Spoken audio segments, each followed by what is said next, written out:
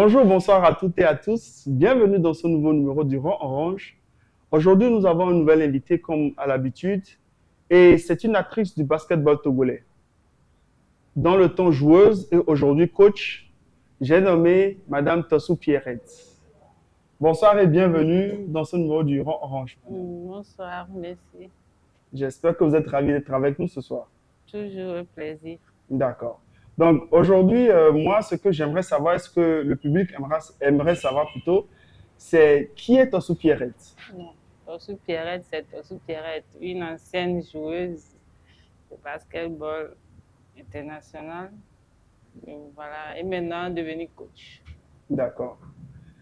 Donc, si je comprends bien, ancienne joueuse internationale, maintenant devenue coach. Oui. D'accord. Donc, j'aimerais quand même avoir un petit récit sur votre parcours au Togo avant de passer à l'international.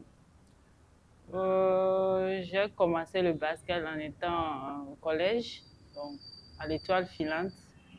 C'est mon prof de sport qui m'a initié, bon, qui m'a envoyé chez Père à son âme, Lawson Séraphin. Oui. Et avec le coach Galeb Clément, bon, j'ai commencé à l'Étoile. J'ai joué jusqu'à ce que je ne parte à l'international. D'accord. Et donc, dans votre temps, c'était comment le basketball par rapport à maintenant? Il y a une très grande différence. Avant, c'était la passion, il y avait de l'engouement autour.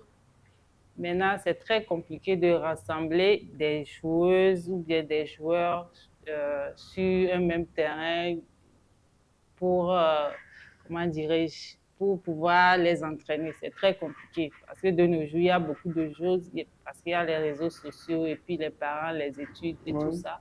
Donc, ça devient très compliqué pour pouvoir rassembler ces jeunes-là autour du ballon orange. Ok, d'accord. Donc, moi, ce que j'aimerais savoir, avant de commencer le basketball, quel a été ce déclic-là? Qu'est-ce qui vous a permis de vous intéresser à ce sport? Bon, c'est à l'école, hein. Comme à l'accoutumée, il y a certaines écoles où vous avez des terrains de basket, Oui, de oui. hand et tout. Donc, notre professeur de sport, souvent, quand on sort comme ça, on fait les sports le soir, quand on sort, il faisait des petites équipes, on prenait la balle, on s'amusait et tout. Là, à un moment, il dit, mais toi, tu es à la taille, tu es grande. Je connais un coach. Bon, il parlait du feu Lawson Oui, Séraphin. oui. Et il a sélectionné certaines têtes des filles comme des garçons et il nous a amenés vers le coach Trina, comme on a l'habitude de l'appeler. Et Oui. voilà, c'est comme ça que ça a commencé. Quand on est arrivé, voilà, Trina nous a accueillis, bon, nous a donné de la balle. Elle a commencé à dribbler pour voir ce qu'on peut faire. Il nous a donné la balle. Là, on a commencé à dribbler, on marchait, on courait avec la balle. Donc, tout est parti de là. Et c'est devenu. J'ai aimé, au fait. Mhm. J'ai aimé, c'est comme ça continue. D'accord. Donc, est-ce que je peux savoir si, à cette étape-là, est-ce que vous aviez un modèle, c'est-à-dire un joueur clé, que ce soit togolais ou peut-être un joueur de la NBA, on ne sait pas? À ce temps-là, je ne regardais même pas la NBA. Hein. Je ne regardais pas la NBA ni le basket au Togo. Hein. Moi, mon papa fait du handball. Donc, Mhm. il m'amenait souvent au handball. D'accord. Parfois, puisque les terrains sont côte à côte, parfois j'étais au hand et je vois les gens crier de l'autre côté. Je me demande, mais qu'est-ce qui se passe? On me dit, les gens jouent du basket, mais je n'ai jamais mis les pieds là. C'est après, quand j'ai commencé à être Trina, et puis, bon, on regardait un peu aussi les grandes qui étaient là. En ce moment, il y avait les Wiguettes, les Dambé, Oui, oui. et oui, comment on l'appelle, les SI, les Wassé, les Pépé, il y avait des Christy, tout ça là. Donc, parfois, quand on finit, nous, on commence tôt à 14 heures. Quand on finit, elles viennent à 16 heures et tout ça. Parfois, on reste, on les regardait un peu. Ben, à ce moment, je n'avais pas encore eu de modèle. On regardait juste comme ça Hmm. parce que je n'en avais aucune notion. Voilà. D'accord. Donc, si je peux résumer en sorte, c'était pas juste un seul modèle qu'elle avait. D'accord? Donc, elle prenait un peu de tout chez les joueurs et les joueuses qui venaient jouer en ce temps-là. C'est bien ça? Voilà. Ok. Donc maintenant, comment est cette transition, pardon, du Togo pour un voyage à l'extérieur? Comment ça s'est fait? Bon, c'est le travail, hein. Le travail. la passion, le travail, parce que quand j'ai pris goût, donc les entraînements, je manquais plus les entraînements. Pendant les vacances, on faisait des entraînements matin, soir, parce qu'on aimait la chose. Il y a Trina qui était toujours disponible pour nous et le coach Clément qui était toujours disponible pour nous. Donc, voilà, après ça, on commence à avoir un peu de niveau. On jouait cadette, junior. Et c'est là que ça a commencé. Parfois, on surclassait, j'étais en cadette, mais parfois, on me mettait en junior. Quand je suis venue en junior, on me surclassait, parfois, on me mettait en senior. Juste pour me mettre dans le groupe au fur et à mesure. Donc, c'est de là que ça a commencé. Donc, on peut dire que la progression, elle a été un peu rapide, bien sûr. Pas trop rapide. C'est pas. En un temps, on avait des championnats, des cadets juniors. Académie. Ça vous permettait de développer tout ce que vous y a à développer, les BABA et tout ça. Bon, c'est pas comme maintenant, c'est un peu truc qu'on essaie de partir sur des nouvelles bases. Mais avant, vous savez que de telle saison à telle saison, c'est les championnats cadets, Oui. juniors et seniors. Voilà, donc c'était structuré et tout. Il y avait de l'engouement, on aimait la chose. Et puis il y avait des enfants qui venaient parce que en ce temps-là, il n'y avait pas les réseaux sociaux et tout ça. C'est vrai que maintenant, il y a plus de vices qu'avant. C'est ça. C'est ça. Donc maintenant, quel a été votre premier pays hors du Togo, C'est à Côte d'Ivoire, la Côte d'Ivoire? oui. Et vous y avez fait combien de saisons? Euh, j'ai fait 7 à 8 ans en Côte d'Ivoire. J'ai joué premièrement pour l'Université de l'Atlantique qui est devenue maintenant FBA, Friends Basketball Association. Après, j'ai joué pour ABC, Abidjan Basketball Club. Bon, après ça, je suis partie de là et je suis allée en Europe. J'ai joué en Serbie. Serbie. Oui, oui. Ah, d'accord. Après la Côte d'Ivoire, elle est passée en Serbie. Et maintenant, la Serbie, vous avez fait combien de saisons là-bas avant de J'ai revenir? fait 4 saisons. 4 saisons. Oui. Donc, en total, si je fais bien les comptes, ça fait 12 ou bien 8 en Côte d'Ivoire Oui. et 4 4 en Suisse. en Serbie. En Serbie plutôt. Donc, ça fait, c'est pas petite affaire, hein. 12 saisons à l'étranger. Oh là, je suis sûr que vous avez applaudi de l'autre côté. Donc, maintenant, est-ce que ça a été facile de quitter ce basketball en Afrique et d'aller en Europe? Ça a été comment la transition? Ça a été très, très compliqué parce que c'était pas la même chose. En plus, déjà, il y a le climat qui est là, le Oui, froid. oui. Et puis, il y a la Serbie, c'est un pays où il y a le basket, il y a du BABA, le level était un peu haut. Mhm. Donc, on doit s'adapter, travailler plus pour pouvoir intégrer le groupe. Moi, ce qui m'a arrangé, quand j'étais en Côte d'Ivoire, je jouais pratiquement à toutes les postes. Ah, d'accord. J'ai eu un coach serbe quand j'étais à l'ABC. Ah, Mon coach, c'était un coach serbe. Donc, eux, ils ne présentent pas avec les BABA du basket. Dribble et tout. On driblait jusqu'à même une personne dribble avec 4 balles. Donc, étant là-bas, j'étais déjà meneuse, aile et puis pivot. Je tirais, je faisais mes pénétrations, tout ça. J'avais un peu ces notions-là. C'est ce qui m'a permis de ne pas trop rester dans l'ombre quand j'étais arrivée en Serbie. Parce que, au moins, s'il y a un poste qui n'est pas trop pour moi, je peux jouer à quelque part parce que je peux avoir un peu de place quelque part. Et après, avec le travail qui a suivi et tout, je pense que je me suis intégrée. ouais. C'est vrai que, si je comprends bien, le fait d'avoir un coach serbe aussi, ça t'a un peu facilité, comment dire, l'intégration que tu as eu à faire en Serbie, c'est ça? À peu près ça.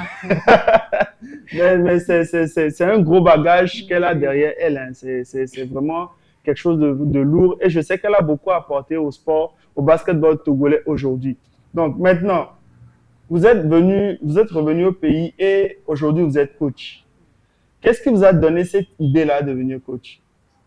Bon, premièrement, quand j'étais rentrée, bon, c'est à cause d'une blessure, je suis rentrée, que j'ai arrêté. Ah, Et bon, quand je suis rentrée, bon, j'étais carrément à l'écart, hein.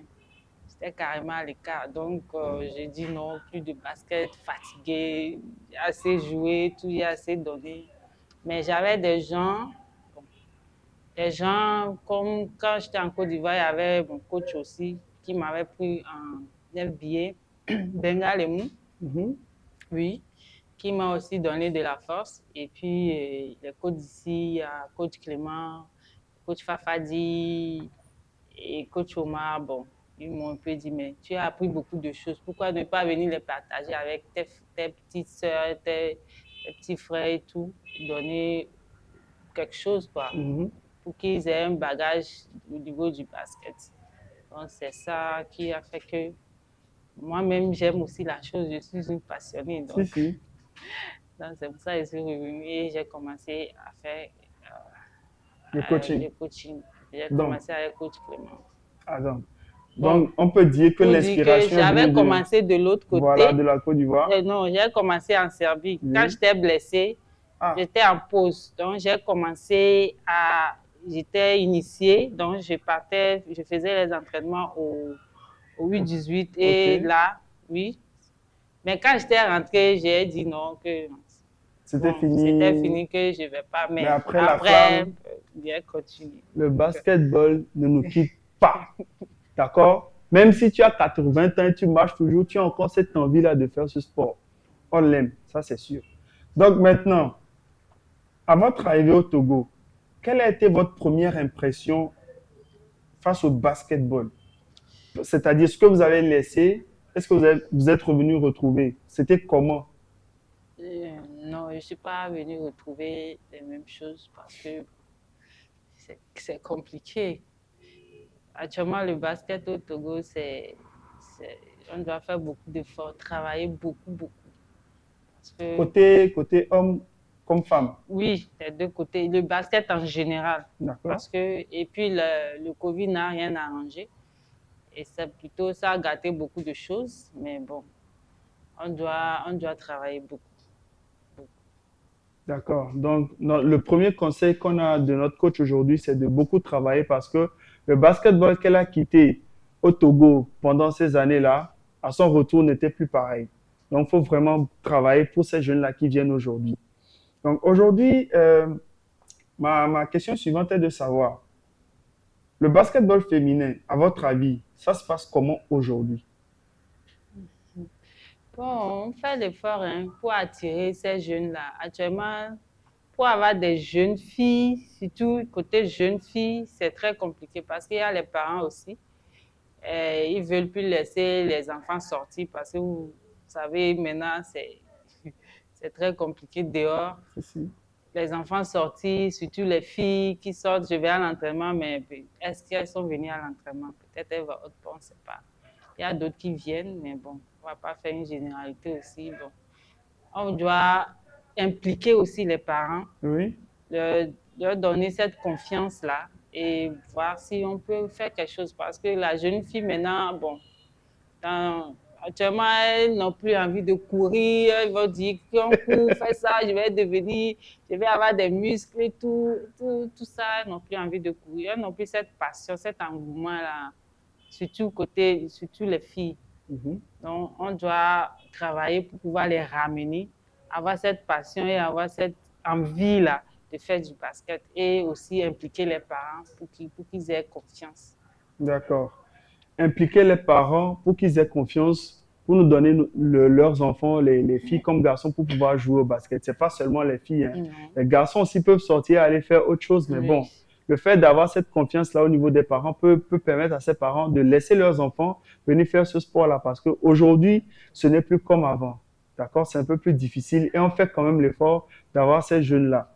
Donc, moi, je viens maintenant dans une rubrique que tout le monde aime tant. On l'appelle le bruit de couloir. D'accord?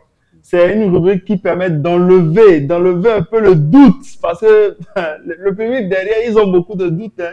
D'accord? Ma première question était de savoir si votre retour, le fait d'avoir laissé le basketball était dû à une blessure ou c'était manque d'opportunité d'aller plus loin. Mais je pense que vous avez quand même déjà répondu à ça. Oui. C'était par rapport à la blessure. Donc, on a déjà notre réponse. Voilà. Donc, ma seconde question est de savoir, aujourd'hui, Tonsu Pierrette ou Dapi pour les intimes, d'accord? Est-ce que vous êtes un cœur à prendre ou c'est déjà pris? Alors, Léco, on veut savoir. C'est déjà pris. Hein? C'est déjà pris. Peut-être elle n'a pas bien compris. Non, c'est déjà pris bien fort même. De toute façon, elle insiste dessus, là, c'est que c'est déjà pris. Hein. Attends, mais que les dessous et voilà, et parle. C'est gâté, c'est doi, comme on le dit de l'autre côté. Bon, en tout cas, au moins, ceux qui avaient ce doute-là, ils sont rassurés. Maintenant, moi, je veux te mettre dans la peau d'un personnage, d'accord? Dans la peau d'un recruteur. C'est ton rôle aujourd'hui. Tu es un recruteur et tu es venu au Togo, tu as passé un peu de temps, tu as vu comment le championnat se passait. Je vais plus te placer dans le registre des filles parce que tu interviens de ce côté-là. Quel sera ce joueur-là que tu peux dire, OK, ce joueur, il présente quelque chose de bon, je peux le suivre. Cette joueuse plutôt présente quelque chose de bon, je peux la suivre. Si tu avais la possibilité de choisir une joueuse aujourd'hui. Bon, actuellement, on a des pépites, hein. On a des enfants, des pépites qu'on doit suivre de près, travailler avec elles. Bon, à ce que moi, je vois. Tu vois vraiment personne? Aucune Et joueuse? bon, il y en a pas qu'une seule. Ok. Il y a des pépites. Bon, il y a d'autres, je ne connais pas trop leur nom. Donc, il y a d'autres, bon, c'est juste, bon, par exemple, Carole de Chualos. Oui. Il y a, et comment on l'appelle? Il y a Myriam aussi. Myriam, oui. Oui. Il y a, et comment on l'appelle? Bon, actuellement, bon, c'est celle, il y a Marina. Oui. Il y a des petites, bon, il y a certaines, je ne connais pas trop le nom, mais il y en a. Il y a des petites. Elles sont dans quelle équipe? Il y en a à Chualos, oui. il y en a à Rassi. Oui. Et bon, à peu près, bon, et tu as Finante, quelques-unes, il y a aussi Faba. Donc, est-ce que tu serais capable de me faire un top 5 aujourd'hui? Un top 5? Je ne peux pas faire un top 5 où je ne connais pas les noms et tout. Hein. Donc, et celles que tu connais leur nom? Mais si je le fais comme ça va pas être... parce qu'un top 5, il faudrait au moins équilibrer. Ok, c'est-à-dire avoir des ailiers, des meneurs, voilà, des pivots. Au moins meneurs, même si c'est 3 pivots, voilà, il faut aussi... Le truc est que notre championnat, on n'a pas cette occasion-là de voir les joueuses jouer. Oui. Parfois, vous êtes sur un autre terrain, il y a une équipe qui joue. Parfois, c'est quand peut-être vous vous rencontrez ou bien vous êtes sur le même terrain que vous voyez un peu à peu près tout. C'est un peu compliqué. Je ne sais pas comment l'expliquer, mais... Donc, soit vous n'avez pas carrément match, vous partez regarder les matchs. C'est là où vous regardez un peu à peu près. Bon, si les matchs sont sur un seul terrain, là, peut-être vous avez la chance de les voir jouer toutes. Mais quand tu es de l'autre, ton équipe joue de l'autre côté, une autre équipe là-bas, tu dois gérer le temps de finir, revenir, c'est fini. C'est très compliqué. C'est vrai aussi que ça ne sera pas facile de déterminer, je comprends parfaitement. Mais il y a des pépites. À ce que je vois et tout, il y en a. Il suffit de travailler, de les amener, comment rester ensemble, rester autour, les apporter quelque chose pour qu'elles puissent, le niveau soit un peu élevé. D'accord. Donc, en résumé, Dapi pour les intimes nous dit qu'elle ne peut pas choisir une seule joueuse ou avoir un top 5 parce qu'il y a des pépites dans toutes les équipes et le fait qu'elle ne connaisse pas aussi le nom de toutes ces joueuses-là ne la permet pas de le faire. Donc, on va juste garder ça et j'aimerais que vous me mettez en commentaire, vous, votre top 5 de filles que vous pensez qu'elles sont vraiment au top niveau dans ce championnat togolais et je serai ravi de venir lire et de faire un briefing là-dessus après. C'est très important, le VVD. Donc, je vais revenir un peu sur le coaching. J'aimerais que vous me donniez un petit briefing sur comment est-ce que vous apercevez le coaching aujourd'hui au Togo. Le coaching aujourd'hui au Togo, c'est un peu compliqué parce que les enfants vraiment n'écoutent plus rien. Parce que actuellement aussi, il y a les réseaux sociaux, hein, les YouTube, NBA et tout. Donc, les enfants regardent tout ça. Ils vont sur Internet. Parfois, même quand tu leur apportes quelque chose, le temps même de tourner pour dire, ah, tu reviens là. Lui-même, il change le truc. Après, il va dire, ah, coach. Après, il te dit, ah, coach. J'ai vu ça, titan. Le petit café, c'est pas facile. Donc, quand c'est comme ça, vous devez les ramener. Souvent, quand c'est comme ça, on doit leur montrer un truc qui les intéresse plus, quoi. C'est ça. Parce que, actuellement, le coaching, c'est très compliqué. Et puis, les enfants, c'est pas plus comme avant. Ils vont regarder sur Internet, ils choisissent eux-mêmes parfois leur mouvement. Tu leur apprends quelque chose, le lendemain, ils reviennent, eux-mêmes, ils vont changer et tout. Donc, est-ce que ce n'est pas le fait de dire que les coachs aussi doivent se mettre à la page au fur et à mesure pour pouvoir apporter quelque chose de nouveau à ces jeunes-là, ou on doit peut-être juste leur donner des conseils, leur dire fais ça, fais ci, et ils vont aller eux-mêmes chercher? Non, les coachs doivent se mettre à la page. C'est pour ça qu'il y a mais même, vous-même, vous pouvez aller sur YouTube maintenant. Il y a beaucoup de choses maintenant sur le truc de coaching. Maintenant, il y a des groupes même de coachs. Il y a des groupes de coachs, des petites formations se font dans les groupes. Parfois, tu poses des questions. Il y a même des experts dans les groupes qui vous aident si vous avez des questions. La dernière fois, on a fait la formation de Level 1 ici. Oui. Il y avait des coachs qui ont participé et tout. Il y a des groupes qui existent. Même parfois, il y a la fédération, parfois, ils balancent comment on appelle, les formations. Les liens à la formation, voilà. oui. Il y a des trucs qui se passent, on programme la date, les heures. Bon, si tu as le temps aussi, toi aussi, tu vas, tu écoutes un peu, on vous enseigne, on vous montre, on vous dit à peu près ce qu'il y a. Groupe, même il y a des arbitres, parce que le coach arbitre aussi doivent travailler ensemble. Donc, tout ça, donc, au fur et à mesure, et puis il faut lire beaucoup. Et puis, FIBA a leur comme manuel de tout ça là-dessus.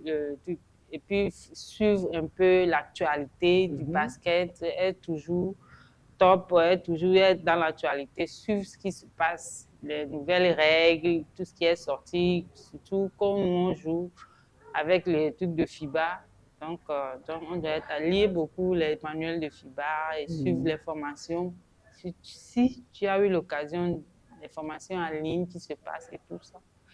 Parce que la dernière fois, il y a un groupe qui a été créé où il y a un expert dedans, expert Keta du FIBA, il y a le coach Fafa et tout, il y a les arbitres, il y a les Béninois, Comores et tout, il y a beaucoup de gens dedans, donc beaucoup qui viennent de plusieurs pays. Donc tout ça aussi, c'est un plus.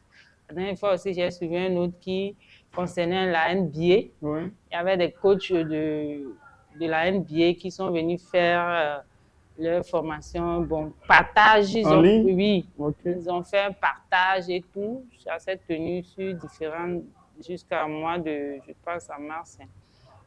Il y a eu des coachs femmes, des coachs, il y a eu même des assistants. Chacun vient partager son expérience. Voilà. OK.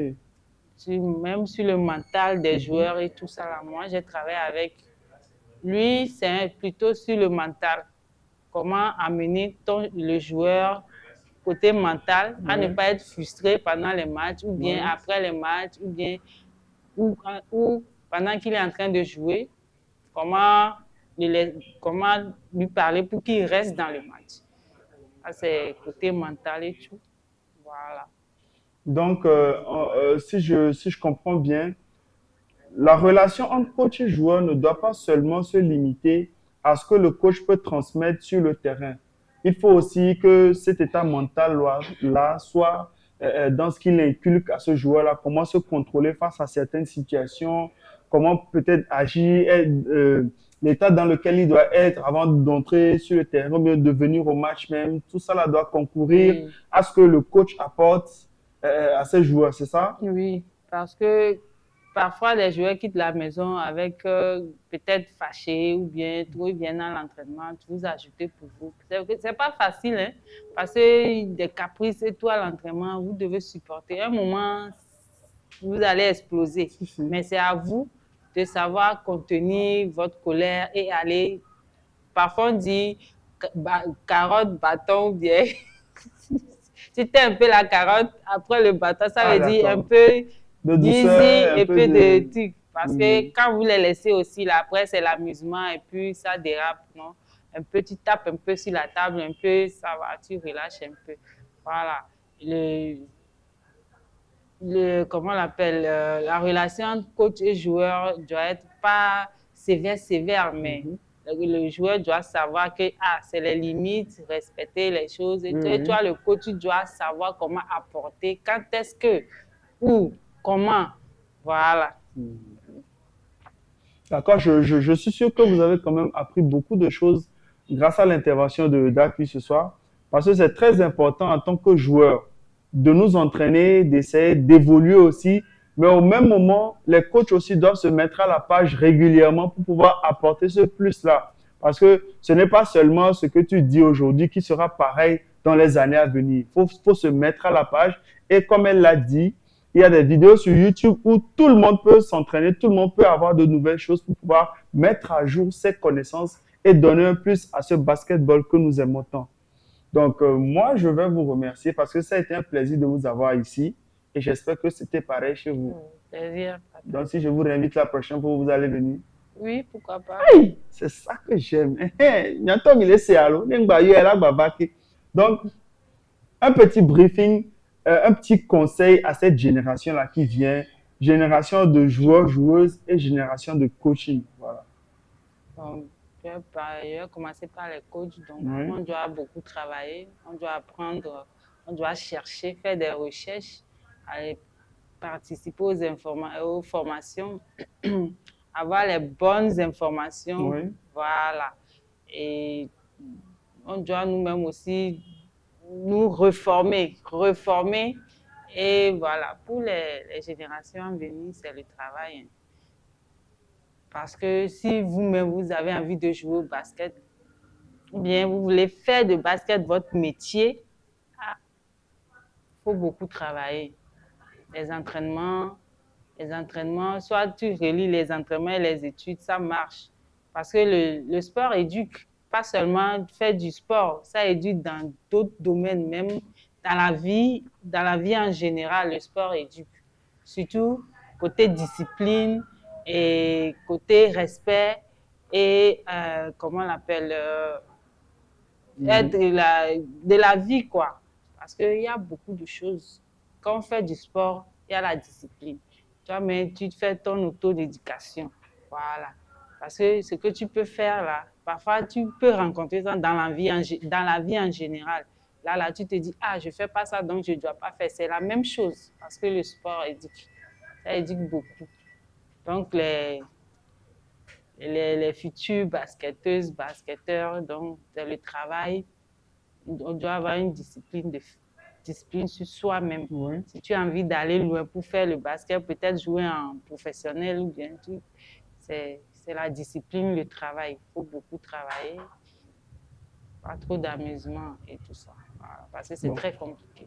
L'amusement un peu, mais pas trop. Pas trop. Non, c'est pas que tu vas pas, mais parfois on relâche un peu la pression. Pas dans l'excès, en tout cas. Voilà. D'accord. Donc, j'espère quand même que vous avez eu ces beaux conseils-là de Dapi ce soir. Notre coach aujourd'hui, qui était entre-temps joueuse, elle a commencé à Étoile Filante, est partie en Côte d'Ivoire, a joué et a fini en Serbie. Voilà, et a fini en Serbie. Après, elle est revenue aujourd'hui pour rapporter ce qu'elle a appris pendant toutes ces années, d'accord, de rapporter ça à la jeunesse, de rapporter ça à ceux qui jouent aujourd'hui au basketball au Togo. Merci pour ces conseils, merci pour tout ce qu'elle a donné ce soir. Je suis sûr que tout le monde aura pour son compte dans ce podcast-là aujourd'hui. Donc, Dapi, pour intime, je suis devenu intime maintenant, ouais. Merci vraiment d'être venu ce soir. C'était un vrai plaisir, comme je l'avais dit tantôt. On espère quand même que tout ce que tu as dit ce soir ne va pas tomber dans les oreilles de sourds, va tomber dans les oreilles des personnes qui veulent vraiment que ce sport évolue et vont aussi permettre à ces jeunes-là d'apprendre un peu plus et de savoir aussi qu'il y avait des pépites qui ont beaucoup fait dans le basket et qui continuent de le faire aujourd'hui Merci et un mot quand même à ceux qui nous suivent pour qu'ils sachent au moins que c'était vraiment top ce soir. Merci à vous. Merci pour l'invitation. C'était un plaisir et merci à tous ceux qui nous suivent. Et voilà, merci. D'accord. Je vous dis aussi merci d'avoir passé ce temps avec nous. C'est très important de vous remercier car sans vous, nous ne sommes pas là. D'accord? N'oubliez pas, hein, likez, aimez, commentez, partagez. Faites tout ce qui vous semble bon pour que cette page aussi et ce podcast puissent aller vraiment de l'avant. N'oubliez pas que nous sommes là pour entendre vos suggestions et autres. C'est très important. Le Rang Orange, une autre manière de voir le basketball togolais. Merci et à la prochaine.